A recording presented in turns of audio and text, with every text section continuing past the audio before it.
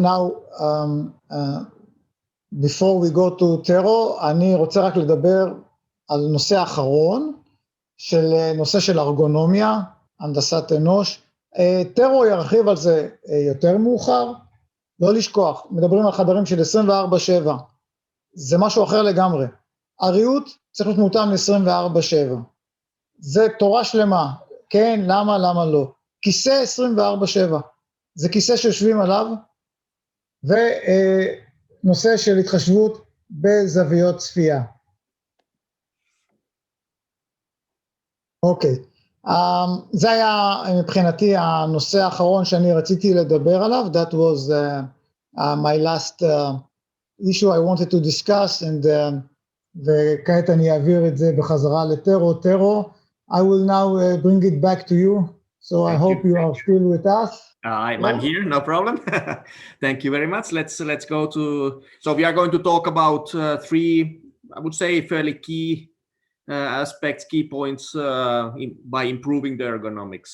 So we are talking about a little bit more about the control consoles, specific 24/7 ergonomic chairs, and then visual ergonomics also.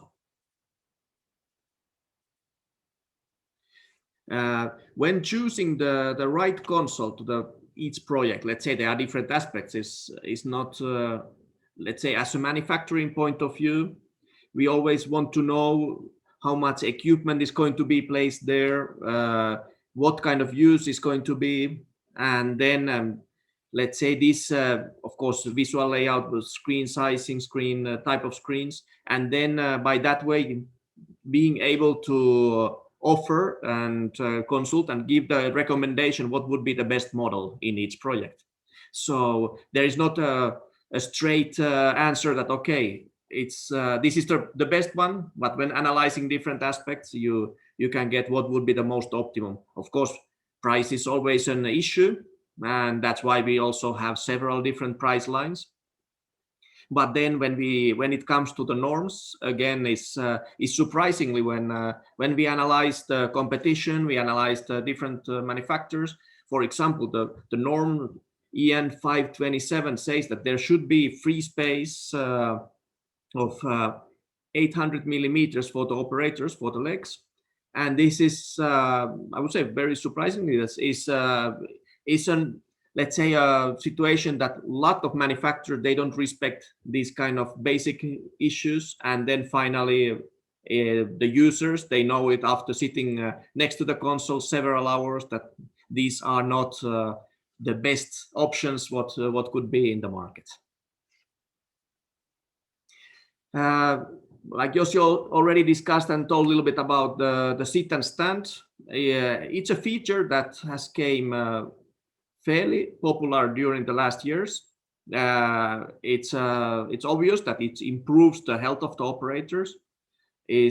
Also everybody knows that let's say control room work for the operators is fairly static, a lot of hours of sitting, analyzing information, data, that mostly is very, there are not so much changes in the normal conditions. When they are, then they have to act quickly, but at the same time they need to be ready.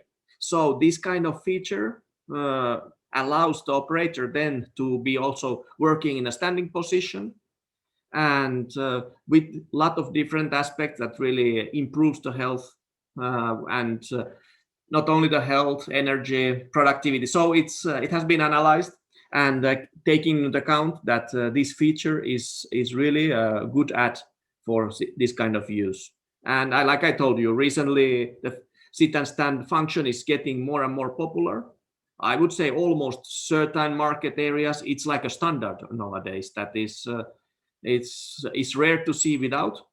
And we took this also very much in serious, and that's why all our models as an option has this kind of functionality also.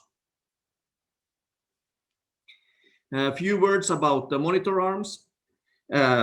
It's an essential part of the product, a complex of the product, of the technical furniture. Recently, again, monitors are getting bigger and bigger, maybe some curve setups. That gives also a specific need for the monitor arms. So it's very, very important that when choosing these kind of features and products, we know also what kind of monitors are going to be installed in order then to be able to offer the best product. Not thinking about that this is going to be a one-shot installation. Maybe there's going to be a change, so that has to be also has the flexibility in future terms to maybe change these arms for different kind without destroying the whole furniture work surface itself. So it's an important part, and knowing monitors are changing, and this feature has to be really part of the system.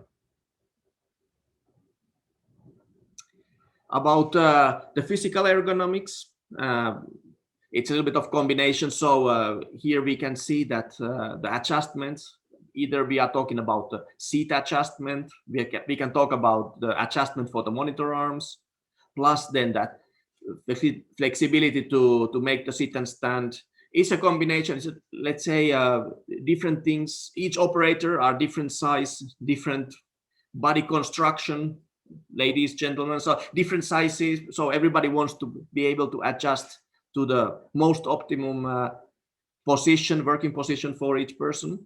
And the product itself, they need to give this capability to do this. Again, we are talking about working areas where people are spending many, many hours. This brings us to the ergonomic chairs. Again, it's surprising that this is a specific, let's say, people are sitting over the chairs many hours, and sometimes only price matters when in the projects people are thinking what should be the correct solution. And control rooms, they are specific chairs. So we are not talking about the normal office chairs. We are talking about specific 24/7 certified chairs with a lot of adjustability, and give them the operator position to adjust either backrest, armrest, seating positions, headrest, and then having the right ergonomically correct position to sit. And part of that is, like I said previously, that specific control room chairs, those are already certified for this kind of use, taking into account, for example, the materials that they have been made. So it's with special materials, they have to last, be very much the durability, and also that they need to resist such kind of intensive use.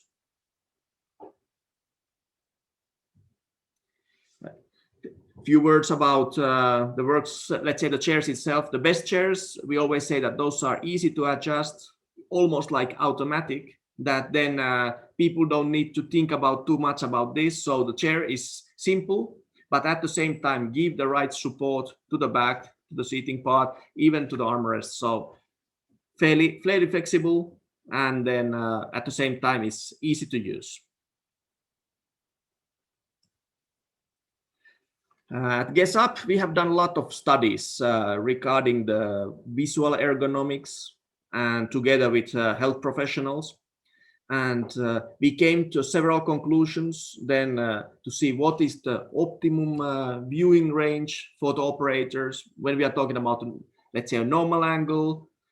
And suddenly, surprisingly, it's not so big. So that's why also when we are giving recommendations about what kind of monitor setup, what kind of, let's say, should be the visual part of the project, we take into account these studies, the results, and then to say that it gives that, let's say, all the centralized information should be in a very small area, but that also when we're talking about our new desk wall solution and possibility then to select the layouts, select the selection of sources, it gives us more flexibility to play with these kind of issues too.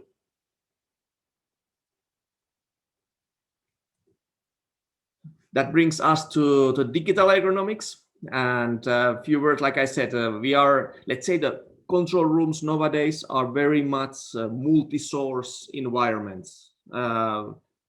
Operators, they need to handle a lot of information at the same time, being able to monitorize, control, use different systems. And our system, IP dynamic KVM system brings these possibilities. So also the screen sizes are getting bigger. So it means how to distribute the information, how to make it more useful, more practical for the operator. These are very, very important factors. So here it's when we are talking about the larger screens, it's about maybe also the adjustability for the such kind of bigger screens is not so easy.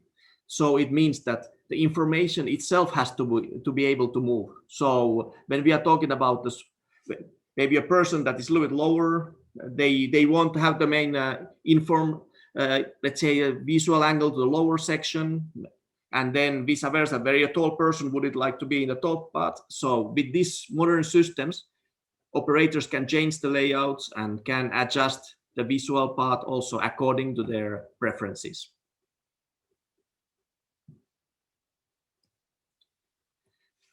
About the psychological factor, I think this is it's also, let's say, the recent pandemic situations, and these issues have a little bit rise it up about the question what kind of area where we are working.